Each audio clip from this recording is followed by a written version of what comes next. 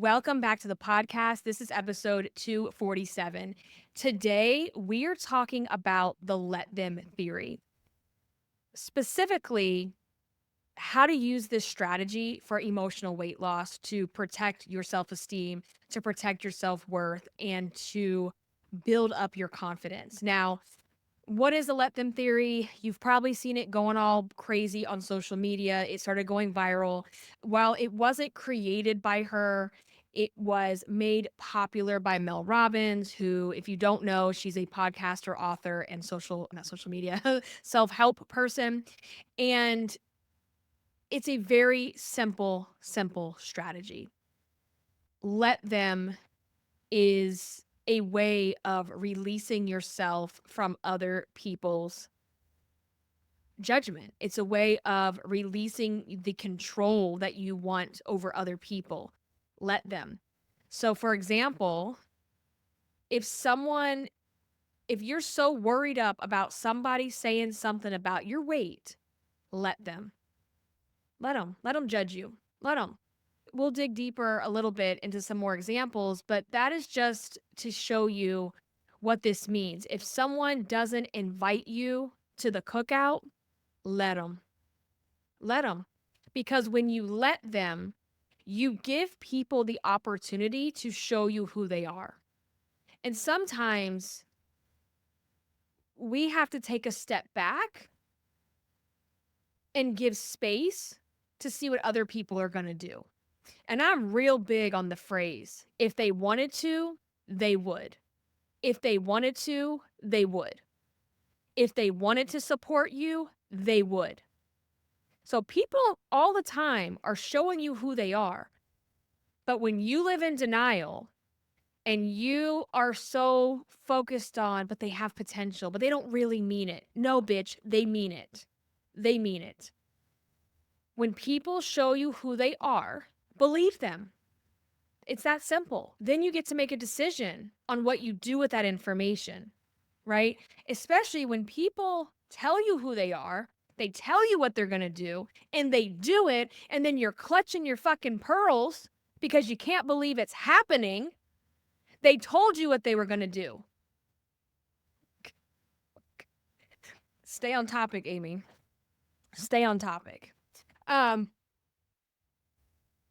But let them is so powerful because it surrenders you from the mental storm that you create. It releases you from the inner fat bitch. The inner fat bitch is that inner critic, that inner voice who's constantly tearing us down, telling us we're too fat, we're never going to lose weight. See, I told you you're going to be like this forever.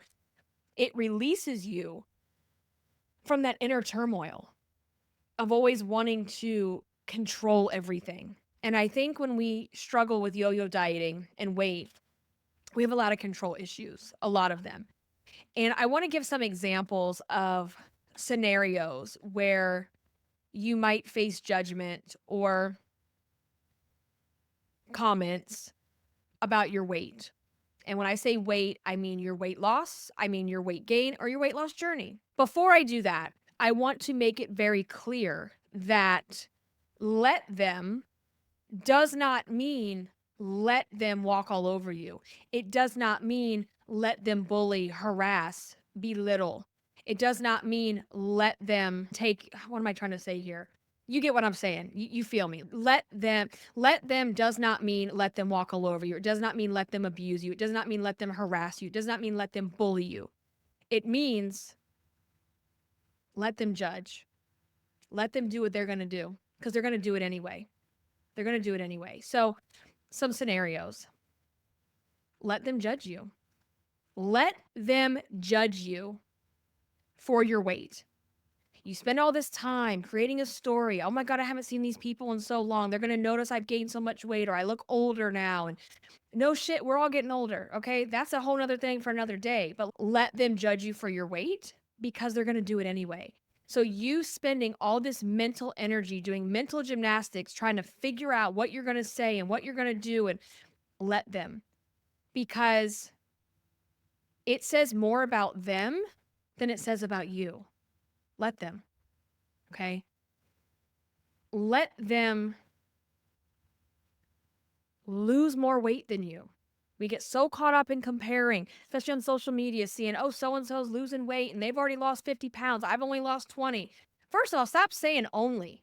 Stop saying only. Let them lose weight faster than you. Let them lose more because your metabolism is not my metabolism. Your journey is not my journey. Your circumstances are not my circumstances. You have no idea what really goes on. So if someone is losing weight faster, they're losing more, let them. You trying to just get all up in a tizzy about it, what is that doing for you? All it's doing for you is holding you back from time you could be spending to creating the life you crave. All right? Let them get mad that you're not the fat food friend anymore. Let them. Let them get mad that you don't want to hit up the buffet and go insane. Let them get mad. Because if that's all they had in common with you in the first place, then is that really a friend? Is that really someone you want to still hang out with if they can't support you in your journey? So let them get mad. Here's on the opposite side of this is let them compliment you. We're going to stop doing the thanks but. The thanks but is, "Oh my god, Amy, you look so good. I haven't seen you in so long. You've lost so much weight." Thanks, but I still have 20 pounds to lose. Thanks, but I'm not where I want to be yet. How many times have you done that? The thanks, but has got to go. If people want to compliment you, if they want to notice your weight loss, let them. Thank you, period, is a full sentence. And also, let me caveat that when someone compliments your weight loss and they literally just compliment you, you don't have to give a whole backstory on what you're doing to lose weight. They didn't ask you that. And even if they do ask you that, you don't owe that information to anyone. So a lot of times I've been doing this and this and this and this and this. You don't have to do that. You can just say, thank you. I'm really proud too. Thank you. I've been working really hard. Not thanks, but thank you. Thank you. You get what I'm saying. We're not thanks butting anymore. Let them offer to help. This one is hard for me. I'm very hard headed. I'm very stubborn. I don't like accepting help. But if someone is offering to help you, let them. Who cares what their intentions are? I know I struggle with that because sometimes I think they don't mean it. They're just trying to be nice. They're just trying to say it because they hope I'll say no, or I don't want to owe them something later, or whatever. There's a lot of things wrapped up in that. But if someone is genuinely offering to help, let them. They offered, let them. Let them be uncomfortable with your confidence. You should not shrink down or adjust your self-worth just to make someone else comfortable. Because when you do that, now you are uncomfortable. You are not being true to yourself. If someone has a problem and is so fucking uncomfortable with your newfound confidence, let them. Let them show themselves out the door. Because is that someone you really want to be around? No. Let them be uncomfortable. Do not dim your light. Do not shrink yourself down so that so-and-so can feel better about themselves because they don't have any confidence of their own. Because clearly that means they're struggling. Clearly they don't have any self-worth or confidence. So maybe you should give them the link to the podcast. They might benefit. Let them sabotage you. Let them. Let them. If somebody wants to keep saying, oh, it's just a little bit, won't hurt, try this, I made this for you. Let them. Because the only person who can sabotage is you. If you let them. If you let them sabotage you, then you can. Then you will be sabotaged. But if you don't, let them say it. Let them do it. You don't have to react on it. The thing about let them is like then you get a decision. Because if you kind of like let it go, see where it goes from there, then make a decision. If they keep doing it, that's a boundary. Tell them what your boundary is. If you discuss that with someone and they have a problem with it or they're offended by it, let them go. Let them make comments about your little diet. Oh, you still on that little diet? How's that little diet going? Oh, it has a little weight loss thing going. Have you lost any weight? Let them make comments. It is showing you who they are. And back to the judgment, let me tell you something. They're going to judge you for being fat. They're going to judge you for doing something about it. And they're going to judge you for the way you're doing something about it. Whether you're, you know, counting calories, doing Weight Watchers, doing surgery, taking Ozempic, taking Zepbound, or getting on the operating table and having lipo, let me tell you something. They're going to judge you for it. Let them. You got to do you. And that's what this is about, is like, let them be miserable and upset and bitter and angry so that you can let all that go in your head and be who you need to be. Let them. Let them call you fat. Let them. Let them. Because this one always killed me. Any type of confrontation or altercation I've ever had in my life from the time I was a kid, and the only comeback that somebody had was, "Oh, you fat bitch." Wow. Like, whoa. Like, you must have dug so deep for that comeback. Like, you must have really dug deep. That is so highly intelligent and just articulate. Wow. Wow. Round of applause for you. I've always said, if that's the only thing you can come at me for, what does that say about you? It says more about you than it does about me. And I used to let that word have power, and I don't anymore. I don't anymore because it's, if you truly think that that is the worst possible thing you can say to me, then you were sadly mistaken.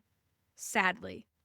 And I think back to, and this is like where we think of the fine line, right? Of like, we're not going to let people bully us. We're not going to let people walk all over us. You can stand up for yourself. You can say something, but then let it go. Because what I'm getting at here is, if there is someone who is supposed to care about me or someone who is supposed to be my friend, and that's what they're saying to me, number one, you're gonna get a dose of my mouth. Okay. And number two, I'm gonna let you, because I'm gonna let you go. I'm gonna have to let you go if that's the kind of shit you're saying to me or about me. So it's like, let them. And when I say that right now, like, I feel such a sense of like weightlessness, like it feels lighter. It feels like this just gives me the mental permission to do me, to focus on me, and to stay in my lane. Because I don't care what anybody else is doing in their lane. And when you start worrying up about what so and so's doing and how they're doing it and what they're up to, and like, you bring yourself misery. You bring yourself misery.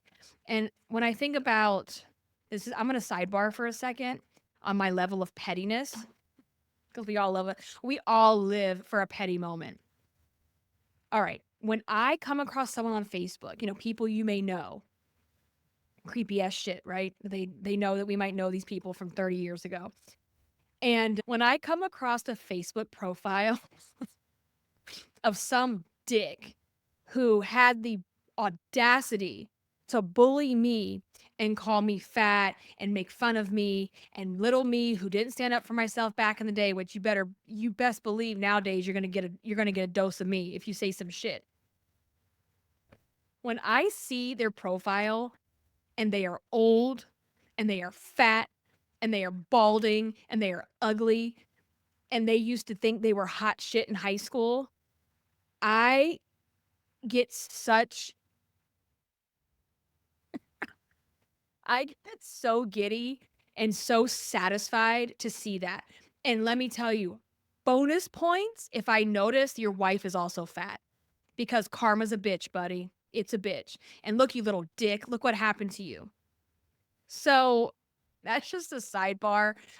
I am that level of petty. It is satisfying. It's satisfying because you are a low life, low level piece of shit who ran around school making fun of girls, bullying people to make yourself feel better because you had no self-confidence because mommy didn't hug you enough, because mommy didn't love you enough.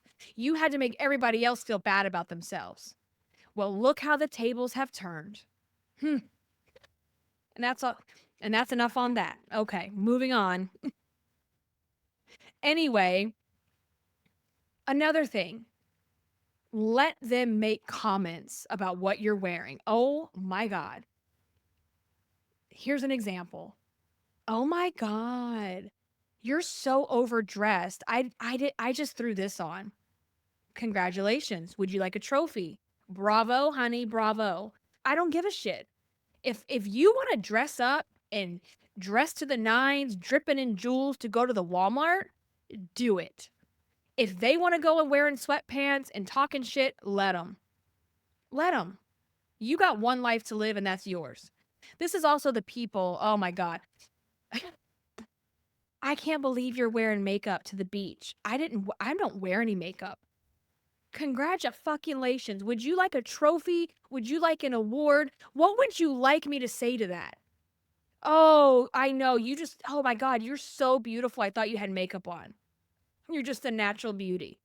The people that say things like that are the insecure girls who feel so bad about themselves that they want to tear everybody else down because they feel inferior because you showed up looking good, because you showed up dressed up, because you showed up in a way that obviously is making them feel bad about themselves.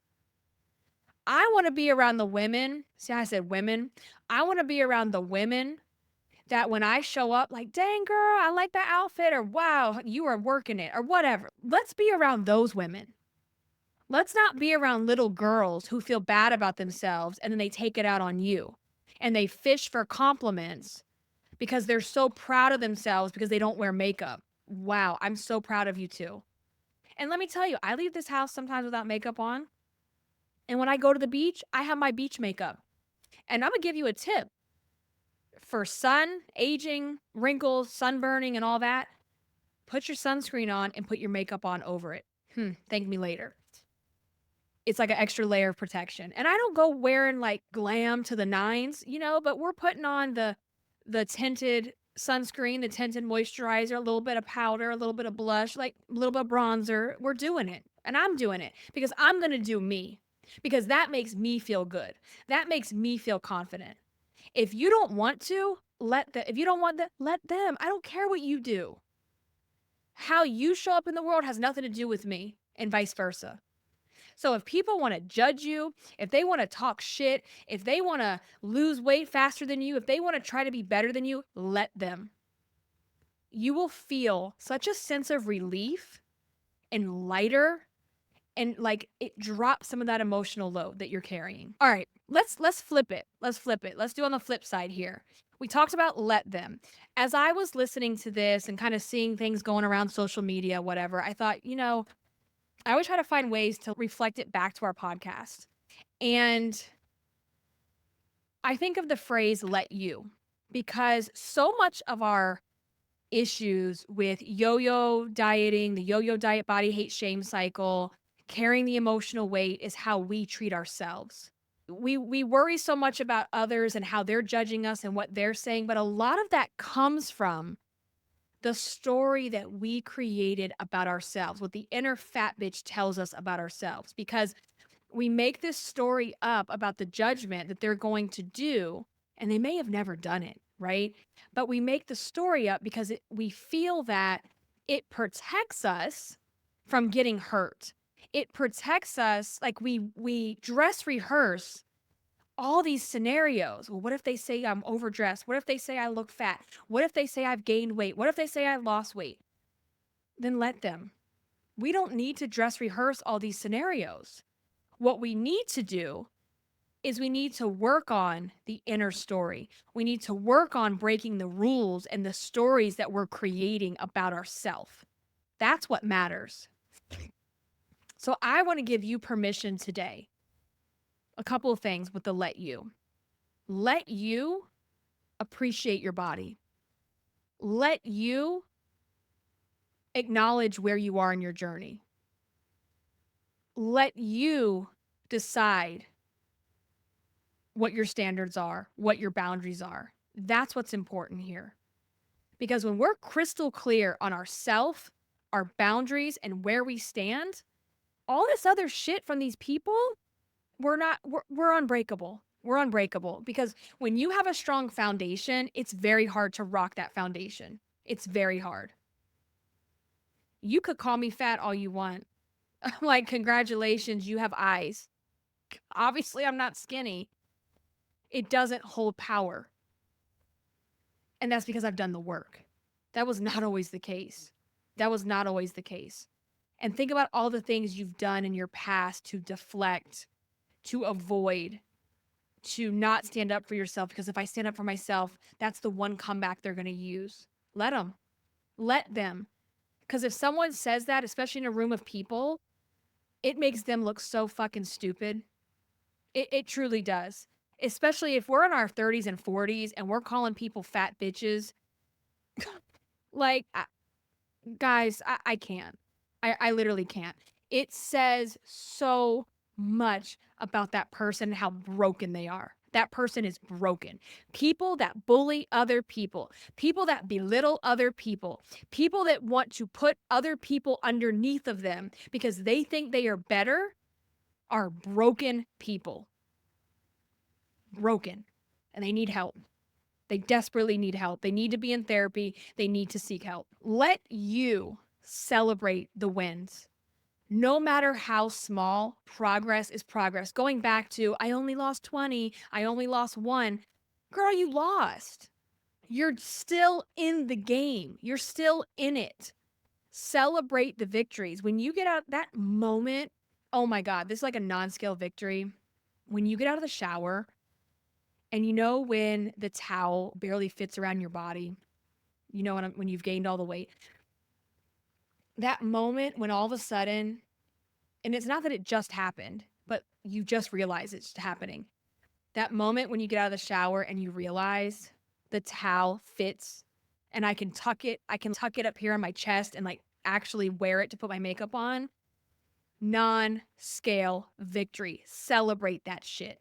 That is a win. That is such a win, right? I remember I have the zebra fleece robe. I've had it for years. And when I was pregnant with Javi, probably Cat too, but I got my biggest with Javi. When I was pregnant with Javi in 2020, that bitch, I mean, it is a big robe. It is an oversized, large robe. Okay.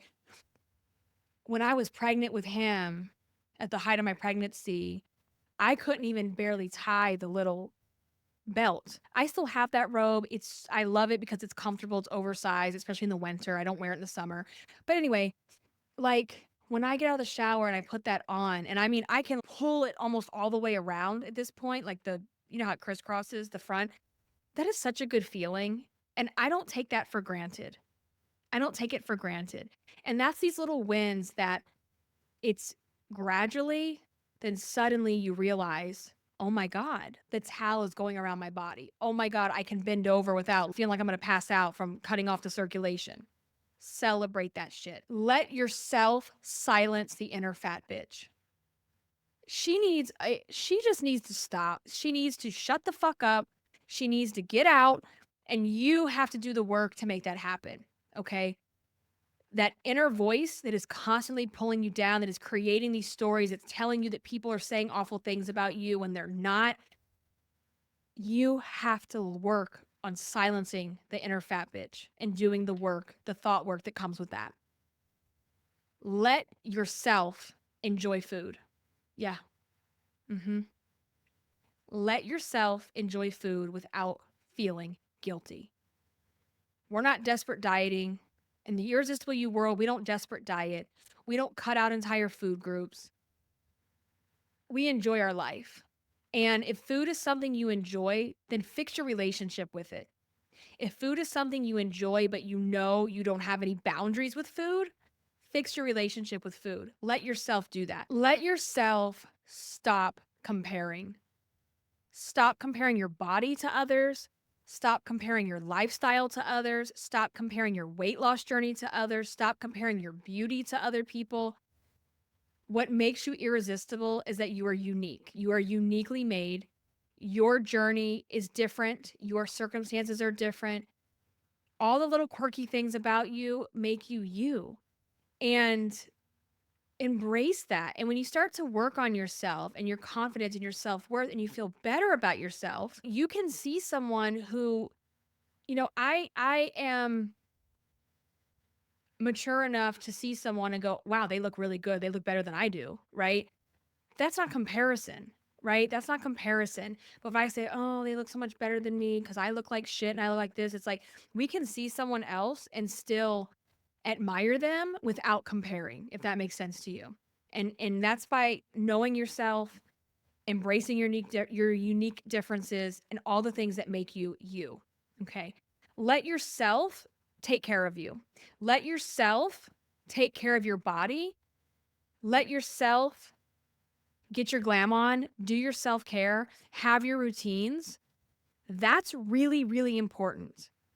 Because when you let yourself go, all right, when you get to a point in your life, you've gained a shit ton of weight, you feel like a foreigner in your body because you don't recognize your body. You've got things about your body that you never had before. And that feels isolating. That feels scary. That feels devastating. When you don't recognize yourself, right? And then because you're so down on yourself about what you look like with your weight, you start letting go of all the other things that made you feel good. Whether that's your hair routine, your skin care, your jewelry that you wear, your nails, your feet, your outfits, all those things that make you feel good about yourself. When you start letting those things go too, you don't recognize yourself anymore. You've let this piece of you go, right? And it's like, my nails, which to some people might seem so petty or like such vanity or such an unnecessary thing, I've been getting my nails done since I was 15. Like, I kid you not, I used to use my first job was babysitting when I was 15. I would use my babysitting money to go to the nail salon. Like, I'm now 43. It's been a long time. It's been a long time. I don't even want to say the years out loud. It's been a long time. And I have religiously done my nails. There's been a few gaps in between, but not many. And I recently had not had my nails done in a little while. And when I got in the car, I started crying because it was like a part of me was back. Because it's such a part of it's a part of my personality. One of the things I'm known for is my gaudy ass nails. I love them. And when I don't take the time to go do that and take care of myself, it just chips away at you. I'm getting so emotional. It's just like it chips away at your self-esteem. It chips away at your self-worth. Even though we all logically know that our self-worth doesn't come from our looks, right? But there's things we can do to make ourselves feel good. And when you are constantly not able to do things for yourself, or you stop doing things for yourself, or you don't put yourself first because you're putting everybody else first, it takes a toll. It takes a toll mentally, emotionally, physically, and then you're so upset because you are overweight, but then you don't have the energy to do something about it because you feel awful because it's like this vicious, vicious cycle. And to break the cycle is it's a messy, sloppy, uneasy process. It doesn't like I always relate it back to the first day you start working out. If you haven't run in a while or walked or done anything physical other than, walking where you need to go every day, it feels like you are in molasses. It feels like you are sloughing through mud. Like it feels awful. Like I can remember just like your butt, you can feel everything jiggling and everything feels like it hurts because it's jiggling around and it's moving. Things that aren't supposed to be moving are moving, but it's gonna have to feel that way for a while until you condition your body, until you get in shape, until you start building some resistance, some momentum. And After a couple days, a couple weeks, a couple months, it's that gradually then suddenly feeling. But you've got to let yourself take care of you, because there's ways that you take care of yourself that no one else can do for you. Not even your husband, your wife, your kids. You have to put yourself first. I've been I really am not an early morning person, and I want to play one on TV so bad. I want to be an early morning person because I know the benefits. And I have found myself in a rut where I was getting up basically at the same time the kids were getting up to get ready for school. So what was that doing? Creating utter chaos. I'm in the bathroom getting ready. They're coming in my bathroom getting ready. Everybody's fighting. Everybody's rushing out the door. It is awful because I didn't take the time to take care of me first. So lately, what I've been doing is I have been, getting up an hour, hour and a half earlier. Oh my God. Guess what? Hi. The problem. Hi. I'm the problem. It's me. I was the problem. I'm the reason why everybody's stressed out in the morning because I didn't take the time. When I take the time, I wake up, I get myself ready, my makeup is done, my outfit is on, my hair is done. I've already come in the office, turned the computers on, started checking emails, getting the chunk of my day started. And then I can go wake the kids up. Wow. Because then also, I am 100% present to help them get ready. They're 4 and 8, right? Like they still need help with some things. And let's face it, if we let our kids get ready for school, like it'll take 3 hours. Like I always laugh how on the weekends or like on after school times, it feels like it takes over an hour to get everybody out the door when they're already dressed. And I said, how do we get ready for school sometimes in 20, 30 minutes? How are we doing this? How? You know, so put yourself first, let you take care of you because if you don't, no one else is going to do it. And let you decide who you want to be. Not comparing yourself to, bullshit beauty standards. Some asshole in a boardroom decided we're beauty standards so that he can sell $1 million and make his shareholders happy.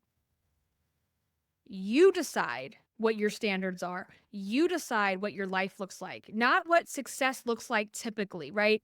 Success is not just money, you guys. Success is not just a house and a car and, you know, the things that are stereotypically defined as success.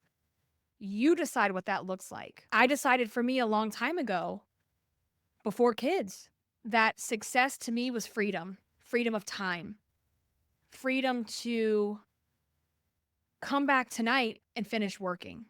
And sometimes I get down on myself, or I'm like, oh, this podcast doesn't have enough downloads, or, I'm not where I want to be, with this or that. And then I think, yeah, but you just sat in the car at your kid's practice and finished a storyboard, or you were sleeping and made a sale, or you just took off work for the day and went to the aquarium with your children, or took your dog for a walk, and you get to decide when that happens on your terms. And that is a non-negotiable for me. Like that is what I created. It was intentional. And that may not look the same for everyone else. I didn't want a traditional 9 to 5. I don't want that. I've done that. And because I did it for so long, I know that it's not for me. Also, my body, like back in the day when I was a teenager, it's like I wanted to look like the people in 17 magazine. I wanted to be that skinny. Meanwhile, I am not built to look like that. It is not in my DNA. It is not in my physical makeup to look that skinny. In my 30s and 40s, I decided I don't want to be skinny. I want to be fit. I want to be strong. If that means being a little bit extra weight, I don't care. I don't care. As long as I feel like I look good and I'm healthy and I can get around and I like the way I look in my clothes, we're good. So that's not going to be society's quote unquote standard. It's my standard. So you get to decide. And that's one of the things we do in the Irresistible You program. One of the very first exercises that you'll do is designing the life that you want to have. Like, what does a day in your life look like? What does future you look like? And always operating from your future self. because your current self is always going to want to take the easy way out, is always going to want to just say, I'll get to that later. But we don't ever get to it later.